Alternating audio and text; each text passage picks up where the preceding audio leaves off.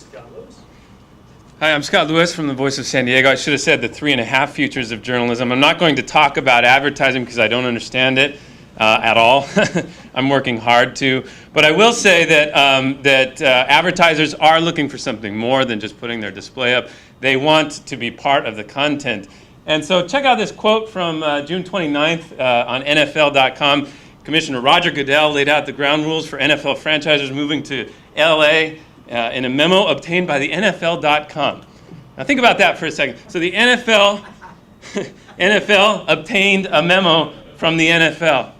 This is obviously the concept of sources going direct, entities controlling their own news universe and writing it in the way that they always were covered by other journalists.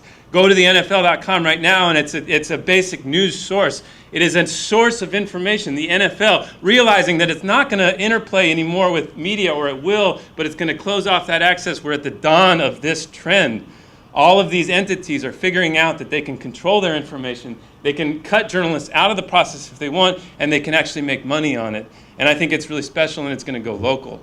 The really interesting thing is I think it'll also go to celebrities. Celebrities will realize that all these tabloids are making money on them and on their exclusive information. Why don't they actually get together and control it themselves the same way the NFL has?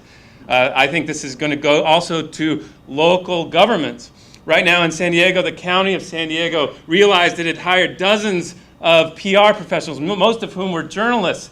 And there's no more journalists to actually talk to liaison with. And so they went ahead and formed their own news source. Now, it's not very good. It's not written very good. But I think it'll also transfer to local, hyperlocal journalism. One of the things that I think Patch did incorrectly was it went into a hyperlocal environment and tried to get people to advertise. I think they're going to go to business improvement districts like these in San Diego and say, what do you want?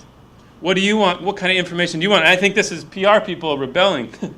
This is a revolution of PR people realizing that their job should no longer be about interlacing or interacting with journalists, but instead writing the way that they know how. Well, that's a scary world, right?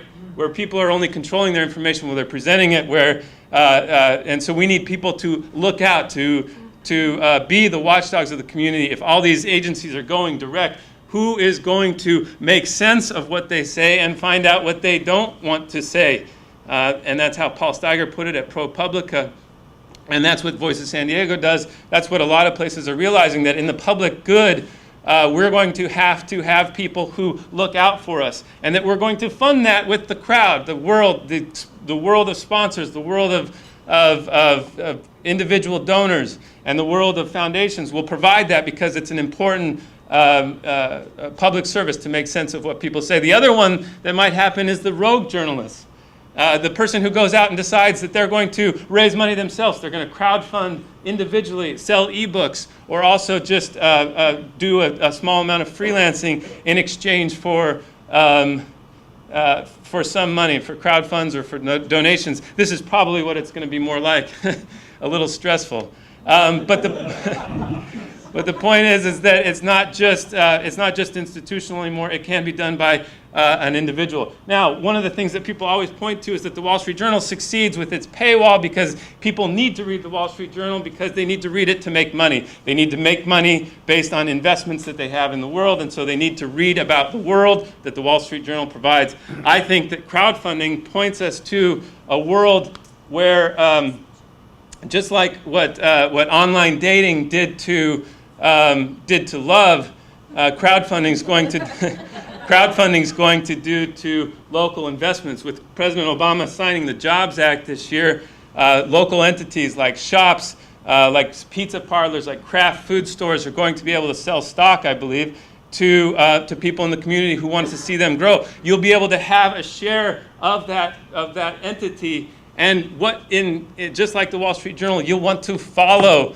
that entity. You'll want to follow your investments, and I think that we see a potential future in crowdfunding and in your community making sense of that. Here's friends and I sketched up. Imagine you have a page with all the investments you've made in the community, which is also delivering you information about your investments and how they're doing. We think that investment is all about investing in your community, investing in your business, and then following your investments will all have something to do with the future of journalism.